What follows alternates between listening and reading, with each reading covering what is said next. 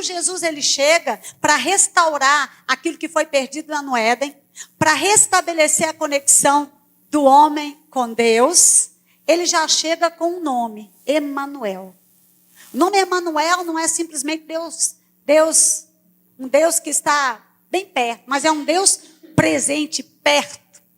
Deus ele nunca desejou, querido, estar simplesmente habitando entre os homens. Ele desejou estar habitando dentro dos homens. Isso significa aliança. Essa matéria é para você ficar assim apaixonadinho. Coisa de mineiro, né? Apaixonadinho. Apaixonado com Deus. Apaixonado por esse plano da redenção. Amém? Quando nós pensamos nesse relacionamento de Deus com o homem, o que nós precisamos entender desde o início, que Deus ele só se relaciona com o homem através de aliança, porque sem aliança não há relacionamento. Né? Como eu disse, Deus ele nunca desejou ter um relacionamento distante, virtual, descartável com o ser humano, de forma alguma, porque a aliança nos conecta com Deus. Então pense o seguinte, lá no início, na criação, Gênesis, no início de todas as coisas, na origem, Gênesis 1 e 2, nós temos Deus formando o homem e se conectando com ele. O relacionamento de Deus com o homem foi um relacionamento de aliança. Ali nós temos promessas, nós temos bênçãos, tudo perfeito. O plano original de Deus está lá no Éden. Mas o capítulo 3 diz que a coisa desandou. Deu errado, parece. Eu gosto de pensar que ainda bem que na minha Bíblia e nem na sua, as nossas Bíblias elas não terminam no capítulo 3. Deus é lindo. Porque se terminasse no capítulo 3, lá no início, pronto, o homem caiu, houve a queda e acabou. Não. Continua. Porque nós temos o capítulo 4, 5, nós temos Gênesis, nós temos o Pentateuco, nós temos a história do povo de Israel, até chegar em Cristo Jesus. É por isso que nós estamos aqui. Sabe o que eu percebo com isso, queridos? Que onde o diabo colocou um ponto, Deus foi lá, apagou, colocou uma vírgula e a história continuou. E é por isso que nós estamos aqui. Amém? Então a aliança, ela nos conecta com Deus. Então vamos lá, Gênesis, Deus ele se conecta com o homem. Gênesis capítulo 3, acontece a desconexão, ou seja, o homem ele é desconectado com Deus por causa do pecado. E vai ficar assim? Não. Deus ele vai procurando restabelecer esse relacionamento com o homem. Em cada aliança, são 8 alianças. A partir do Éden, nós vamos contar 7, porque em cada aliança, nós vamos ver Deus encontrando um homem para se conectar com ele, para que fosse restaurado esse relacionamento. Aí eu falo que em cada aliança, Deus ele vai dando um passo para chegar perto do homem. Aquele homem que havia se afastado, lá em Gênesis capítulo 3. Em cada aliança, mas quando chega em Cristo Jesus, Deus não está simplesmente perto, ele está dentro do homem. Porque a conexão foi perfeita. Nós estamos conectados com Deus. Deus ele tem um compromisso conosco por causa dessa aliança. Amém? Sabe, queridos, quando eu penso nessa aliança, né, eu falo que é um grande acontecimento. E aí me faz lembrar também uma fala, na verdade uma frase, de um grande avivalista que foi para o Senhor em 2018, que é o Billy Graham. Billy Graham dizia o seguinte: o maior acontecimento da história não foi o homem subir e pisar na lua. Quem se lembra? Que o homem subiu e pisou na lua. Né? Quem é da minha idade aí, mais ou menos? Foi na nossa época. Foi em 69. Lógico que eu era um bebezinho, né? Mas foi nessa época. Então, o maior acontecimento da história foi realmente esse. Né? Para a história foi. Para a humanidade, entre aspas, foi. O homem subiu e pisou na lua. Mas esse não foi o maior acontecimento. Porque o maior acontecimento, querido, foi justamente o homem, Deus descer e pisar na terra. E isso ele fez através de Cristo Jesus para nos conectar com ele. Isso só foi possível, essa conexão, porque Jesus ele desceu do céu e veio até nós. Amém? A aliança de sangue, ela mostra o plano da redenção que nos aproximou de Deus através de Cristo Jesus. Só para que você entenda, é pouco tempo para falar muita coisa. Mas eu quero que você saia daqui pensando o seguinte: aliança envolve compromisso, fidelidade e lealdade. Quando eu faço uma aliança com alguém, eu estou me comprometendo com ela. Eu preciso de, irmão, estou fazendo uma aliança com você, não é nada disso. A minha palavra, ela tem peso de aliança. Isso significa que se eu falar com o irmão, ó irmão, olha, eu vou te dar uma oferta, um dinheiro, vou fazer algo para você. Acabou. Eu falei, está falado. Porque a minha fala, ela tem peso de aliança. Isso significa uma promessa. A promessa já tem um peso de aliança. Amém? Então, eu me comprometi com ele. Pronto, acabou. Você sabe quando você fala que vai chegar e nem vai? Que vai pagar e nem paga? Eita. Que vai fazer e nem faz? Que vai amar e nem ama? Pô, então, ó, hashtag fica a dica. É essa a ideia de aliança. Por isso que a aliança, ela mexe muito com os relacionamentos. E é claro que nós sempre vamos sair melhores quando nós nos expomos à palavra. Então, essa é uma aliança. Agora, quando nós falamos sobre aliança de sangue, a coisa ainda fica mais séria. Porque a aliança de sangue está envolvendo a vida e a morte. É a mesma coisa. Vamos imaginar se eu falo com você, olha, eu vou te dar, é hipotético, viu? Não estou empenhando minha palavra, não, em nome de Jesus. Vou te dar meu carro, hipoteticamente falando. E aí, numa aliança de sangue, eu estou querendo dizer o seguinte: se eu não der o carro, que eu morra. Porque eu estou empenhando a minha vida. Aí você vai perceber ao longo da história, Deus fazendo aliança de sangue com o homem. Para quê? A garantia é para Deus? Não, a garantia é para o homem. Deus, ele morre? Não, claro que não. Mas ele está querendo dizer para o homem a seriedade do compromisso que ele está firmando com ele. Sabe aquela palavra que você recebeu da parte de Deus? É uma promessa. Se você está aliançado com ele, saiba que ele é fiel para cumprir. Amém? Porque ele empenha a sua palavra, ele empenha a sua vida. Por isso que nós temos derramamento de sangue em aliança. Amém? Então, a aliança de sangue, ela vai mostrar o plano da redenção, ou o plano redentivo que nos aproximou de Deus através de Cristo Jesus. Tem uma frase, me parece que é John Stott que diz isso. Deus nos ama tanto que tornou a salvação o mais fácil possível. Tudo o que precisamos é simplesmente crer. Amém? Quem não conhece aquele versículo famoso, João 3,16... Abra aí a sua Bíblia, por favor. Essa matéria, ela coloca luz sobre esse versículo.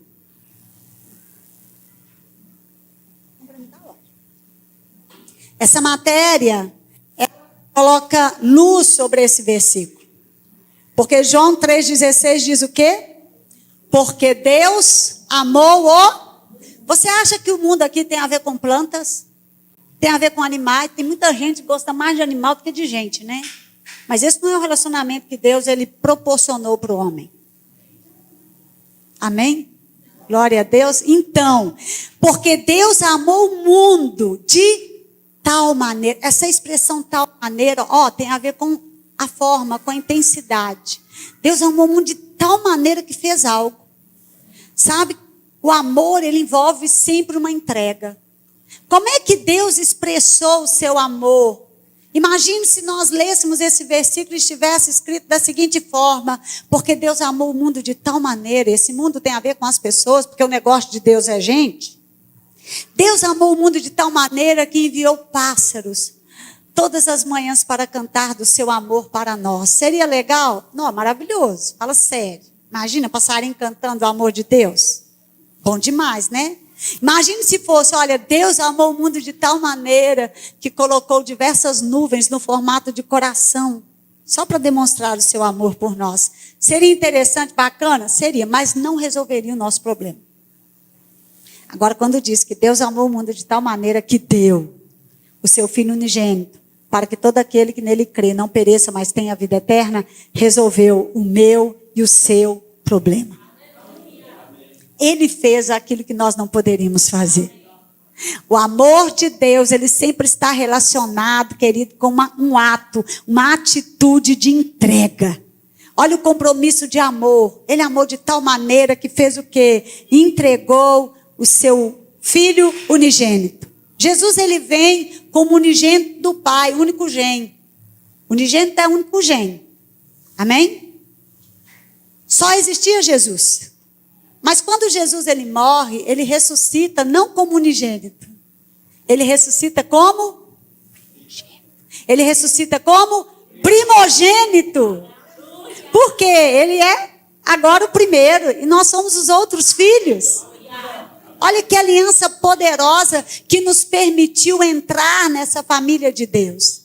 Eu gosto e poderia até, de certa forma, parafrasear esse versículo, João 3,16, da seguinte forma: Deus amou o mundo de tal maneira que fez diversas alianças com o homem até chegar em Cristo Jesus. Eita maravilha! Em cada aliança nós vamos ver Deus se aproximando do homem. Cada aliança.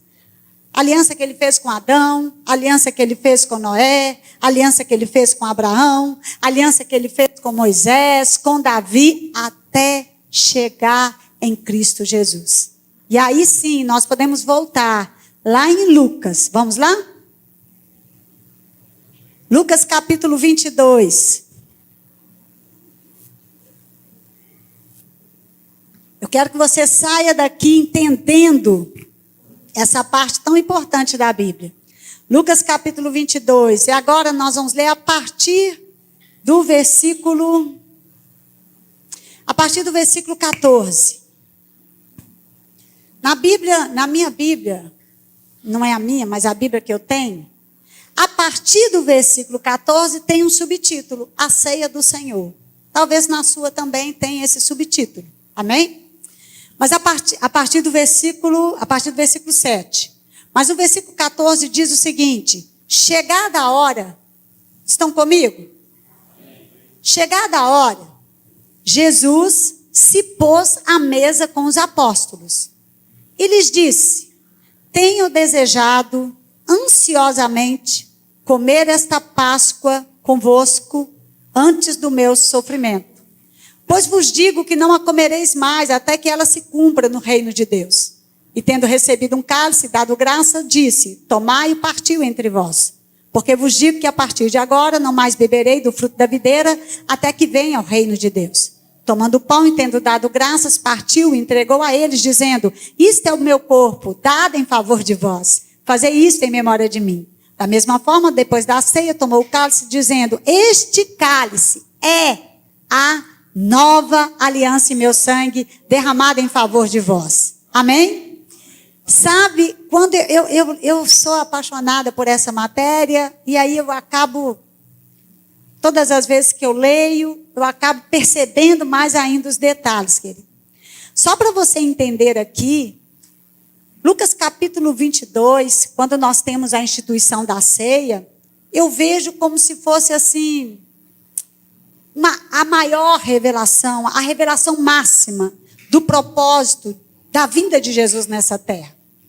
É como se fosse, Lucas capítulo 22, a partir do versículo 14, é como se fosse uma explicação sobre o propósito da vinda de Jesus, mas de forma muito bem detalhada, chega a ser encenada. Jesus aqui não deixa dúvidas com relação ao propósito da sua missão. Sabe, nós estamos aqui num contexto de Páscoa. E aqui, inclusive, seria uma Páscoa diferente. Por isso que Jesus, ele fala algo que me chama a atenção. Jesus, ele diz o seguinte, no versículo 15: desejei ansiosamente.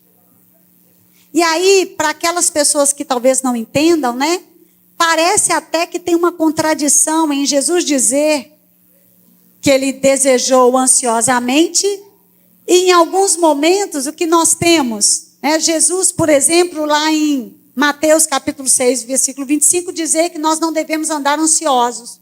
Como assim? Será que Jesus estava ansioso, preocupado?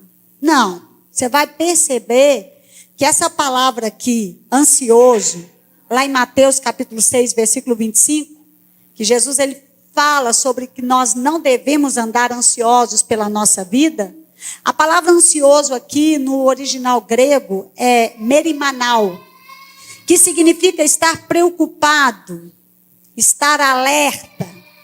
Agora, esta palavra que nós vamos encontrar ansiosamente aqui em Lucas capítulo 22, versículo 15, eu não sei se na sua Bíblia está ansiosamente. Tem alguém que tem essa Bíblia aí? Me parece que é na Almeida, revista atualizada. Tem? Ansiosamente. Aí você olha ansiosamente e pensa, mas peraí, mas é para andar ansioso ou não é para andar ansioso? Mas a palavra ansiosamente aqui, nesse contexto, essa palavra no original grego é epitomia. Significa desejo para que algo se cumpra. Ou seja, não é que Jesus não dormiu pensando, né? Não, Jesus ficou desejando que aquele dia chegasse. Para quê? Para que ele pudesse revelar de uma forma bem escancarada o propósito da sua vinda.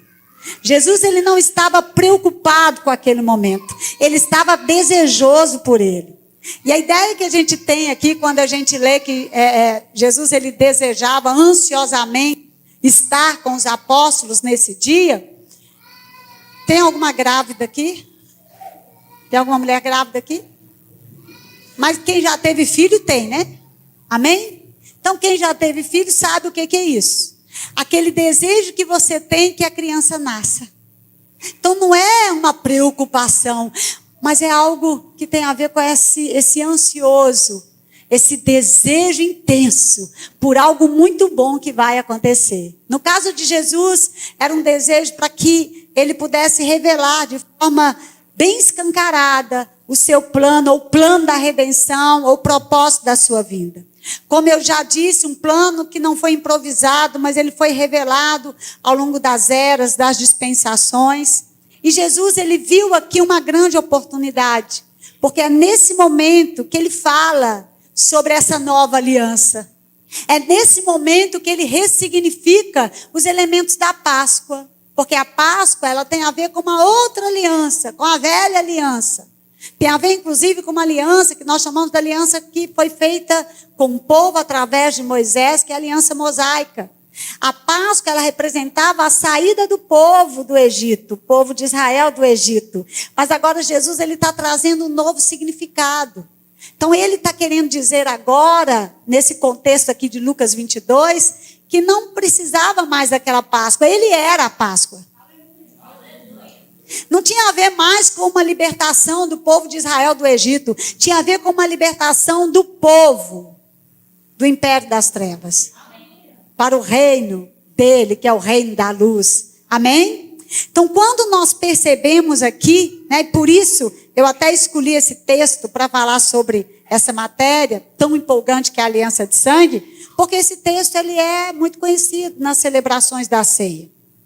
A questão é que muitas pessoas elas estão diante da mesa e elas desconhecem a importância desse momento. Sabe, eu vejo que depois dessa matéria da aliança de sangue, o que acontece para muitos alunos é que a chave muda. Aquilo que é ritual dá lugar a uma intimidade. O pastor ele falou muito aqui sobre um momento diferente, né? Ceia não é um momento fúnebre, mas é um momento solene.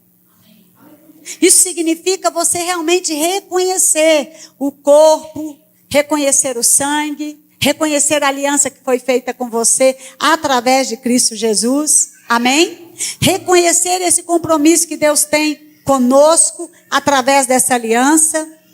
Sabe, participar da ceia é uma ocasião muito especial. Nesse contexto aqui, Jesus ele não estava simplesmente celebrando a Páscoa, mas ele estava falando sobre o cumprimento dela. Jesus aqui, ele não iria celebrar a Páscoa, ele iria se revelar como uma verdadeira Páscoa. Não apenas para o povo judeu, mas para toda a humanidade. Ele iria mostrar para as pessoas ali para que ele veio, ou qual o propósito da sua vinda. E fica muito claro, desde quando Jesus chegou, através do anúncio da concepção dele, através do anúncio do seu nascimento. Você sabe que o nome de Jesus, até o nome dele foi carregado de significado, porque o nome Jesus significa Deus salva.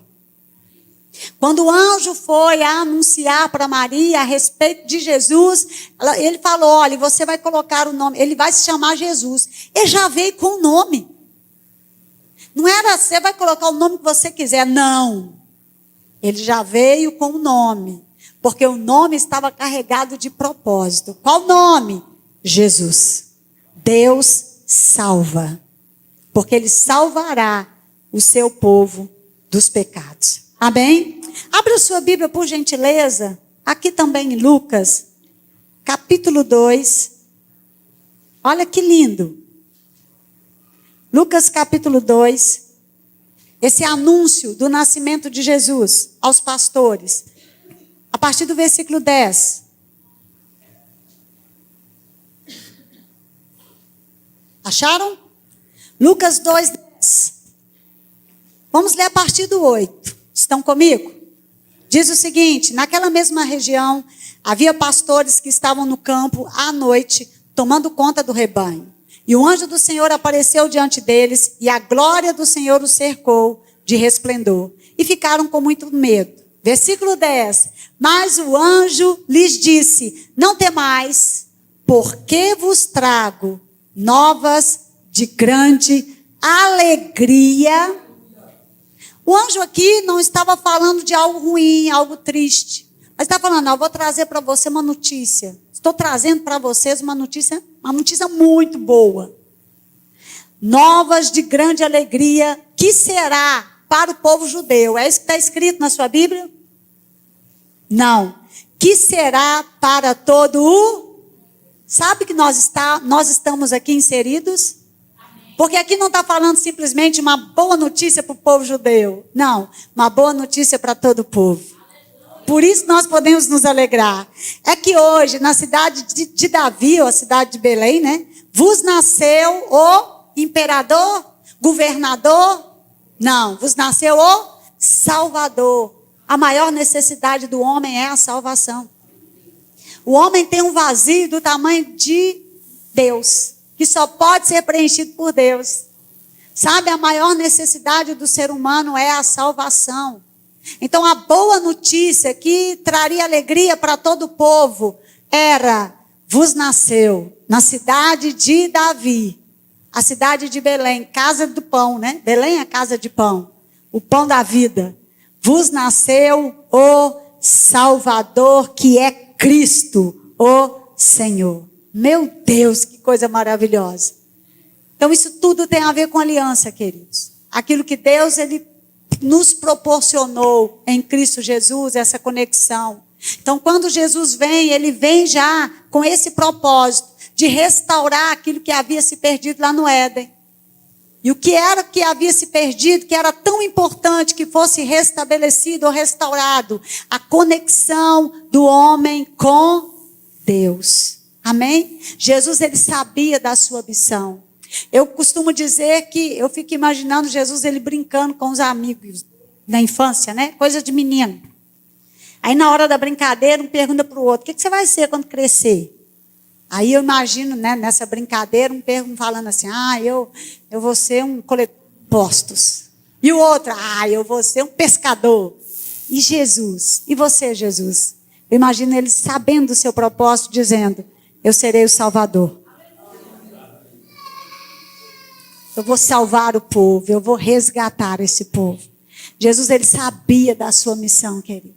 Tem uma passagem que eu gosto muito, que está aqui em Lucas também, Lucas capítulo 4. Lucas capítulo 4. Só para você entender o contexto, Jesus ele chega em uma sinagoga, e ali é dado para ele, que era comum, era costume, quando um visitante, uma pessoa ilustre chegava em algum lugar, era comum que eles dessem para aquela pessoa, dessem oportunidade para aquela pessoa falar no culto. Vê se pode. Jesus ia perder essa oportunidade. E aí deram para Jesus essa oportunidade. Eu posso pegar essa cadeira? Posso? Deram para Jesus essa oportunidade. Aí deram para ele. Está aqui, ó. Vamos lá? Lucas capítulo 4. Olha o que está escrito. A partir do versículo 14, no poder do Espírito, Jesus voltou para a Galiléia e a sua fama se espalhou por toda a região. Ele ensinava nas sinagogas e era elogiado por todos. Chegando a Nazaré, onde fora criado, entrou na sinagoga no dia de sábado, segundo o seu costume, e levantou-se para fazer a leitura. Então, eles deram para ele, entregaram-lhe o livro do profeta Isaías. Lógico, Isaías, o livro de Isaías é um livro que nós chamamos de livro messiânico. Existem inúmeras profecias.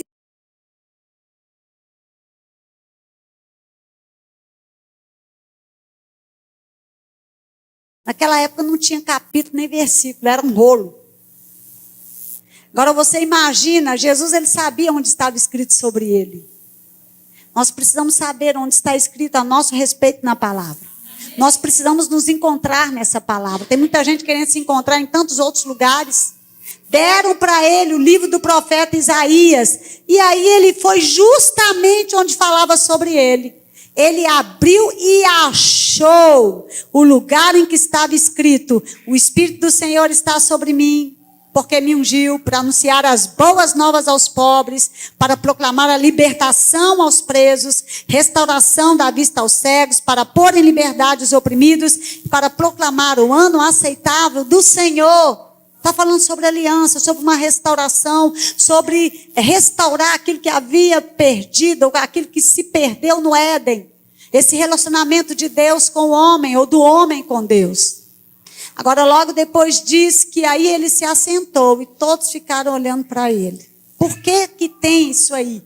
Parece que está fora do contexto. Não, é porque na sinagoga existia uma cadeira que era destinada ao Messias.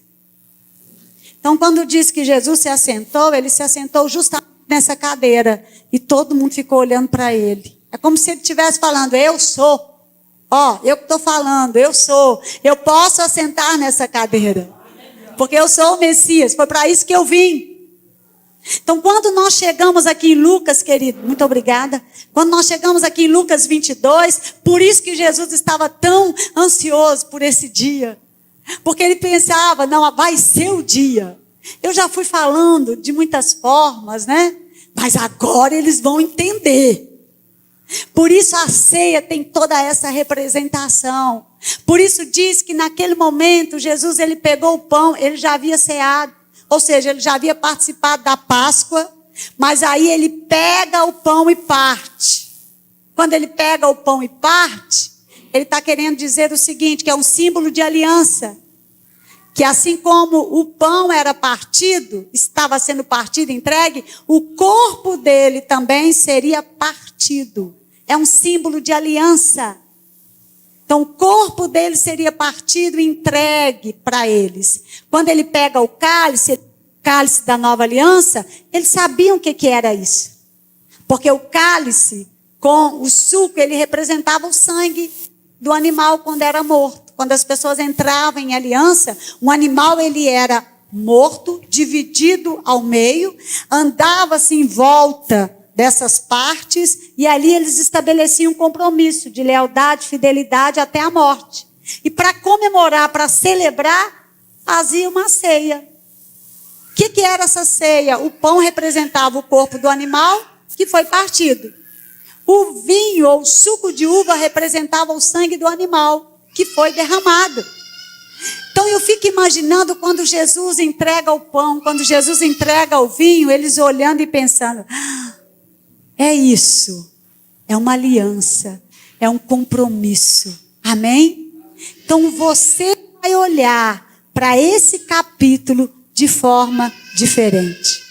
Por isso diz aqui, Lucas capítulo 22, que quando chegou a hora, ele sentou-se com os apóstolos e ele declarou: vocês não fazem ideia do quanto eu desejei comer esta ceia com vocês. Antes de começar o grande sofrimento da minha missão.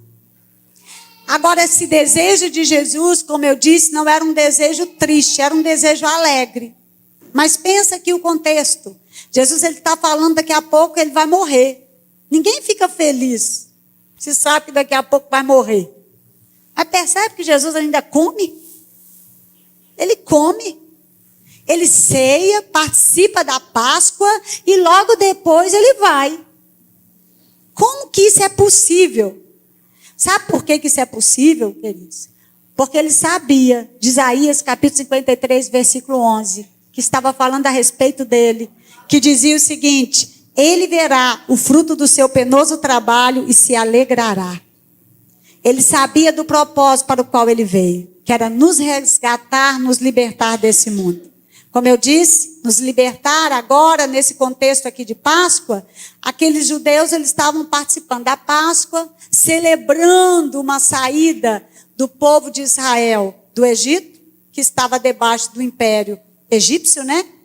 Pronto. Então eles receberam uma libertação naquela época. Então eles comemoravam anualmente. Jesus, ele já estava comemorando, todo ano ele comemorava.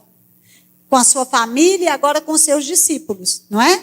Agora, ele estava ressignificando porque ele estava mostrando o seguinte: vocês participaram da Páscoa até então, celebrando uma libertação do povo de Israel do império egípcio. Mas vocês continuam debaixo do império romano. Mas eu vou dar para vocês uma libertação, não é do império egípcio ou romano, mas do império das trevas. E vou levá-los para um reino que é o reino da luz, o reino do amor. Amém? Então esse aqui era o momento de Jesus, porque tudo aquilo que estava naquele contexto da Páscoa, nada mais era do que uma sombra.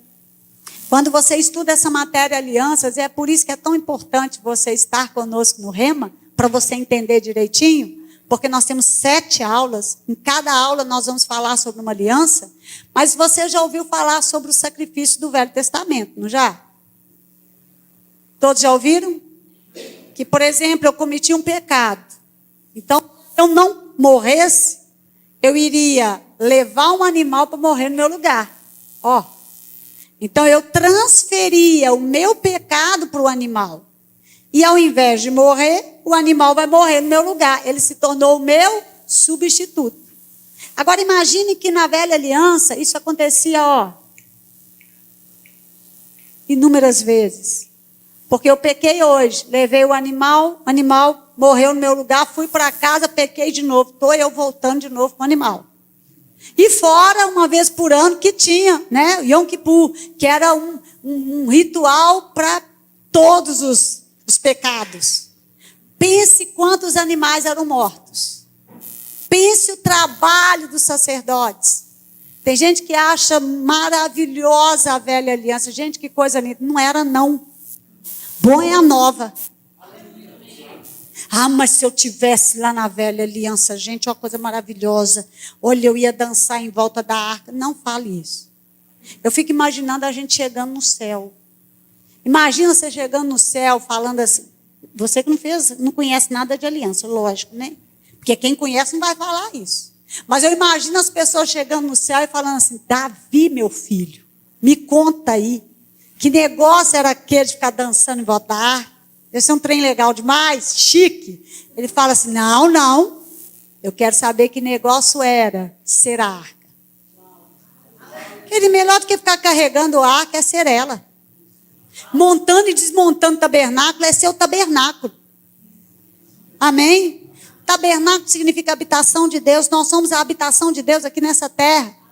Se você olhar qualquer maquete do tabernáculo, em qualquer lugar, vá lá em Israel. Tem uma maquete lá. Tamanho normal, tamanho original lá. Vá lá. Se você olhar, você não vai ver cadeira. Não tem. Porque os sacrifícios, eles eram diários.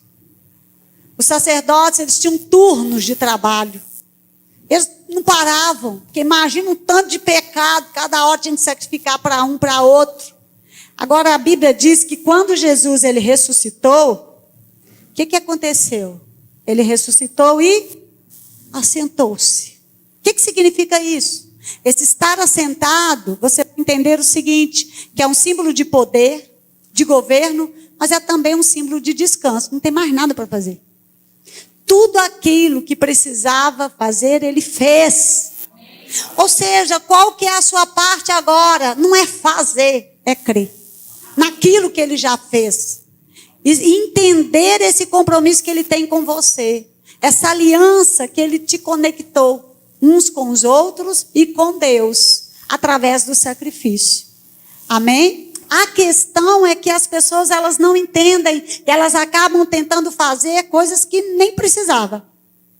E nem é preciso. Nós não estamos vivendo naquela época para você fazer, nós estamos vivendo na época para você crer. Amém?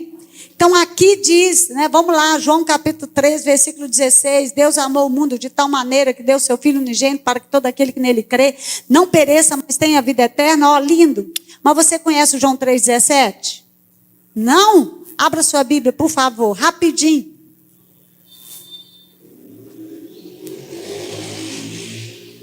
João 3,17 continua falando sobre o propósito. Diz o seguinte: pois Deus enviou o seu Filho ao mundo, não para que julgasse o mundo, mas para que o mundo fosse salvo por meio dele. Então, todos aqueles sacrifícios que eram feitos lá na velha aliança, era um animal que substituía o pecador. Mas Jesus, ele vem e nos substitui. Sabe, quando João Batista olha para Jesus, o primo, João Batista era primo de Jesus, olha para Jesus na fila do batismo e fala: ei, eis ali o Cordeiro de Deus que tira, que leva sobre si o pecado do mundo. João Batista não falou assim: ah, eis ali meu primo, é Jesus, conheço. Não, ele o chamou de Cordeiro, porque Cordeiro era a representação de um animal que era levado para sacrifício, que servia de substituto. Aí você vai entender até porque Jesus, ele nasceu onde nasceu, né? Cordeiro não nasce em hospital, nasce na estrebaria mesmo, é onde vivem os animais.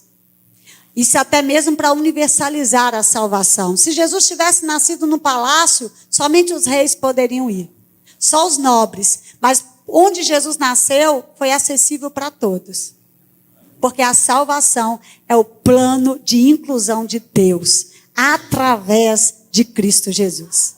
Então agora não mais precisa de um animal, não. Agora nós temos o nosso substituto perfeito. Porque o animal, por mais que ele substituísse o homem, era algo provisório. Ele não tinha as mesmas características que o homem. Agora Jesus, ele teve. Por isso que ele é o nosso sacrifício perfeito.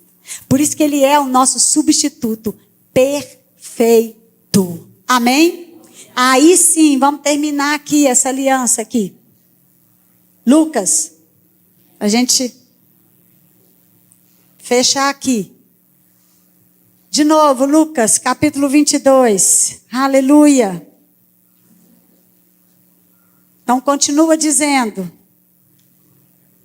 Tenho desejado, agora entendendo todo o contexto, ansiosamente comer esta Páscoa convosco. Como assim? Ele já havia participado tantas vezes da Páscoa, mas aquela era diferente. Porque naquela ele iria se revelar como aquele que faria aliança com Deus, com os homens, através do seu sacrifício. Amém? E aí no versículo 18, versículo 19, tomando o pão e tendo dado graças, partiu e entregou a eles, dizendo: este é o meu corpo, que é dado em favor de vós. Fazei isso em memória de mim. Da mesma forma, depois da ceia, tomou o cálice, dizendo: este cálice é a nova. Se ele está dizendo que o cálice aqui é a nova aliança, eu não sei se você consegue perceber isso. Primeiro, ele está falando que existiram outras alianças, mas que aquela era nova. Se aquela era nova, as outras se tornaram velhas. A nossa Bíblia, ela é dividida em praticamente 2 grupos, né? A velha aliança e a nova. Na velha aliança, nós temos 7. Na nova, nós temos uma, que é a nova e eterna, que é essa aliança que nós temos com Deus através de Cristo Jesus. Mas aqui deixa claro, Jesus falando sobre essa nova aliança, sobre esse novo pacto, sobre esse novo compromisso, que envolve lealdade, fidelidade e amor de Deus para conosco e de uns para com os outros até o fim, até a morte. A nova aliança agora, ela não foi estabelecida como aliança mosaica através do sacrifício de animais. O animal morreu por isso que existia derramamento de sangue, como é que eu sei que o bicho morreu? Não existia o conhecimento médico que nós temos.